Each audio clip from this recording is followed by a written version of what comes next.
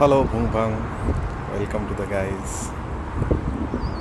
So আজকে এই হোটেলের বাইরে একটু হাঁটাহাঁটি করছি। এটা আমার হোটেল সেরাটন। ঘটনা হচ্ছে আজকে আমাকে জেগে থাকতে হবে। এখন মোটামুটি 7টা বেজে পেরিয়ে গেছে, তাতেও কীরকম রোদ চারদিকে। এখানে মোটামুটি সূর্য 9টা 15 এই সময়ে ডুবছে, 9:30টাতে সন্ধে হচ্ছে।